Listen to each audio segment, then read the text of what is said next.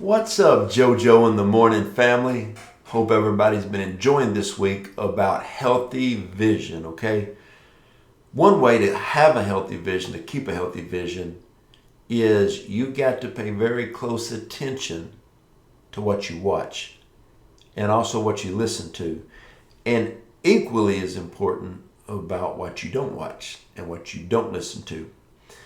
You know, there's times that I may be in a store and man, they may have some type of music playing. I put these babies in just because I don't want to hear it. They may have some kind of talk show that I don't want to listen to. You know, just I don't want to have anything inside of me that is going to make me get frustrated or make me lose my focus or my vision. That's why you also have to be careful with who you talk to. A lot of times I may get an email or a message and it may just affect me in a way that will just get me a little bit off of track that day. There's a lot of people that send you stuff just to frustrate you. It happens all the time. You know, you've got to make sure that you are focused and that you are moving in the direction that God has set before you. Recently I had a word that I released and it was called adjust your focus. You've really got to make sure that your gaze is fixed upon the Lord. So many times when I see people, go astray in life, it is simply because they're not paying attention to what they're watching, what they're listening to, who they're listening to. You know, even on social media, they have suggested videos, suggested songs. It just comes up, autoplay. You got to watch all of that, okay? So let me give you this word right here. This is Matthew 6, 22, 23. The lamp of the body is the eye. The lamp of the body is the eye. If therefore your eye is good, your whole body will be full of light. But if your eye is bad, your whole body will be full of darkness. If therefore the light that is in you is darkness, how great is that darkness? Think about that, okay? If you put the right things before you, your body's going to be good. If you listen to the right things, your body's going to be good. That's why in our family, everybody in my family, we read the word every day. We're in prayer every day. We're always watching the right things, listening to the right podcasts, listening to the right messages, and really guarding what we allow in. What goes in, it comes out. And so I remember one day, me and one of my friends were at a conference and there was a younger guy ministering. And my friend leaned over to me and he said, hey, ask him who he's been listening to. And he'll tell you these three pastors. He named the three pastors. And then he named the three messages. Sad, but this young guy was re-preaching. When it was over, I said, hey man, that's a good word. He said, oh, thank you. I said, hey, who you been listening to? And he named those three pastors. And what he did is he gleaned, which was good, and then re-preached what he'd heard. Okay? When I'm talking to people, I'll be talking and I'll be like, hey, man, I tell you what I read recently in Proverbs. Man, I tell you what, I was watching this preaching video the other day by Rodney Howard-Brown, and Pastor Rodney said this, or hey, I was listening to Joshua Giles, prophetic word of the week, and he was saying this, and oh man, I read some stuff by Nate Johnson the other day, and he said this, and all of a sudden, what you bring in goes out. And if someone ever comes up to me and says, hey man, did you see that ball game the other day? I'm like, does it look like I'm watching ball games? Like, out of all the stuff I'm doing in my life, no, I ain't watching no ball games. And, a lot of people say, hey, what do you think about this going on in the world? I really don't know a whole lot. I know just enough to pray.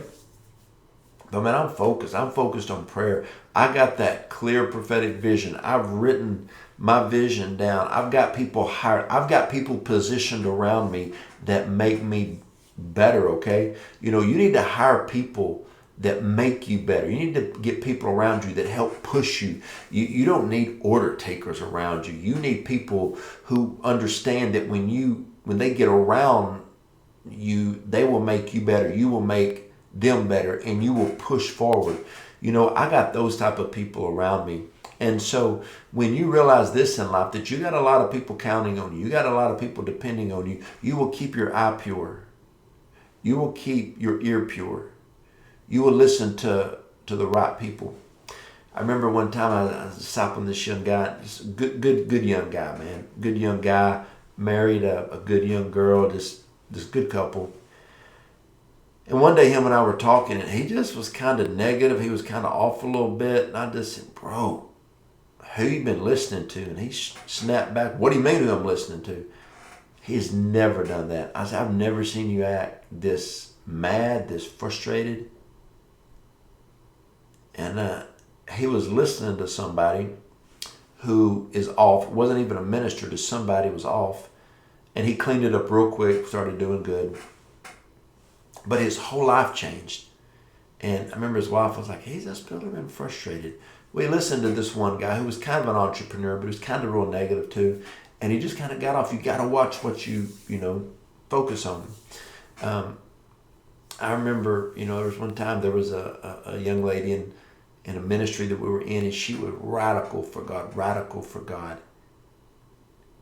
And then one day she wasn't. And so we asked her, like, hey, what happened? She said, well, I read this book. And I said, who's the author? And she told me, and I went,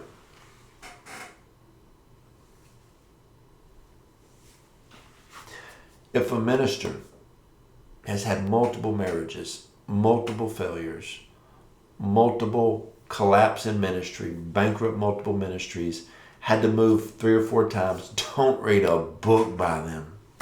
And this book affected her in a crazy way. And she ended up got straightened out. And even after she did, the person who wrote it ended up falling again. And she was like, wow. And now I see. But it is when you, remember, first day of this week, get the Habakkuk 2 and 3, and you get the vision, you write the vision, then you get the full prophetic, the clearness of it, and you just start moving all the way into it. Then when you're moving good, you got to keep your eyes pure. You got to listen to the right things. I can't tell how many times I've walked away from conversations when a group of people were talking, when they were talking about something I didn't need. Like, our mind is a computer. It's a processor. I don't need to process things that I don't need to hear. The other day I was talking to someone, and we were having pretty good conversations. Kind of a friend of mine, he wanted to talk, and he said, man, I tell you what, I was around some guys the other day, and this one guy, he said this about you. He just got it out real quick. I said, whoa, I don't care what anybody says about me. And he said, oh, sorry, bro. And I thought, man, I heard that. I'm going to process that. And I'm just like, oh, Lord, did the guy say it? Did the guy not say it? Did this guy make it up? Was it fabricated? I don't even care. But I don't want to waste any time processing it. And I said, bro, look, don't ever tell me what anybody. If someone says I'm the greatest preacher, the greatest author, the greatest husband, the greatest anything, don't ever tell me. If they say I'm the worst, I don't need to hear it. I don't want to hear it. I don't want to have to process good or bad. I'm focused. You got to guard. You have to guard your mind. You have to guard who you are. It's like when people say, hey, you want to go to the movies? I'm like, hey, let me check it out on see what they got going on. If they got something going on, I ain't going. Just focused. A lot of times in life, it's not that people lack having a prophetic word. It's the stewarding. It's the distractions. If you can keep your mind focused with that clear prophetic vision, you write it down. See, if you want to get like serious about things, get a clear prophetic vision and don't do anything that is not aligned with the prophetic vision. I was listening to he's an entrepreneur, motivational speaker one time, and he said, I was asked to give a speech at a very, very well-known conference for a prestigious magazine for entrepreneurs. And they offered me $100,000. They would fly me down and back in their private jet. And I said no. A week later, they offered me $250,000. I said no, thank you. They offered me $500,000. Pick me up one morning, fly me down, have me back by 5, $500,000. And this guy said no. And he said, the reason I said no is because this year I'm working on 3 projects. And if it does not align with one of those 3 projects, I say no. I am extremely focused. I don't watch things that won't benefit. I don't listen to things that won't benefit. I'm focused on everything that I'm doing. People don't have a focus. That's why they get off. If you can learn to focus, if you can learn to keep your eyes pure, if you can learn to keep your ears pure. Here's one more thing. Don't put your mouth on anybody. Don't speak evil of anybody. When you speak evil of anybody, it basically ricochets right off of them and comes back to you 2 times, 3 times, 10 times harder. And whatever negativity you speak comes back to you. That's why people struggle, because they can't keep their mouths off people. And if they have any anointing on them, there's extra repercussion. Keep your mouth pure, okay? So, love you guys. I hope today helped. And tomorrow, I have something special for you. And I will have a special guest on. All right? Love y'all. Send me prayer requests at jojodawson.net. And we will see y'all tomorrow.